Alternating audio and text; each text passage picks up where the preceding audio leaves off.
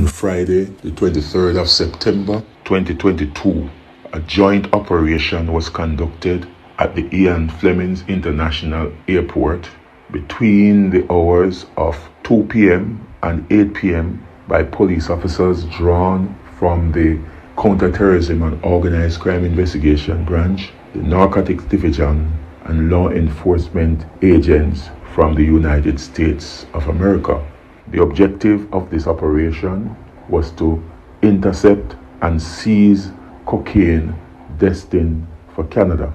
During the operation, a total of 500.2 kilos of cocaine, or 1,100.5 pounds, was seized and taken to a police facility for processing. The value of the cocaine is estimated to be over $25 million. No one was arrested. However, investigation continues in the matter.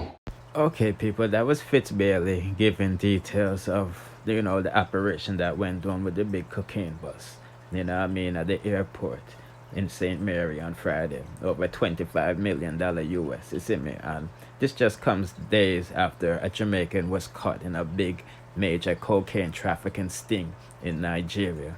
But as far as I can remember, and as up to recently, Jamaica has been showing major Mexican cartel influence with all of these large seizures of cocaine, people. This is not no regular man thing.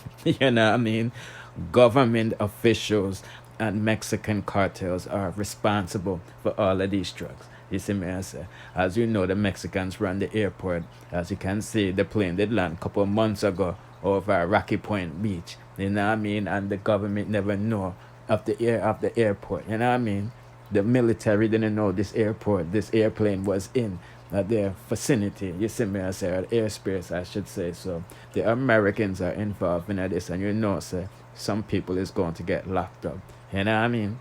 The way all them packages they just open at the open shows me that there was high profile people involved in this. The thing wasn't even stashed away. You see me, I say, and I don't want to hear nothing about, this was just a decoy. Nah, them get fucked. You see me, I say, because the DEA just don't go after things and I don't know who the main player is. Who knows? One of those things we see could be moving every day or weekly. You see me, I say, how much shipments gone through that the Jamaican don't know about. You see me, I say, boy, oh boy, oh boy. But these drugs were not made for, I shouldn't say made. They weren't going to stay in Jamaica. They was heading towards America and Canada. You see me, I say. And back to the Mexicans cartel. Them are bringing the major drugs and guns in because that's what they're known for doing. You see me, I say.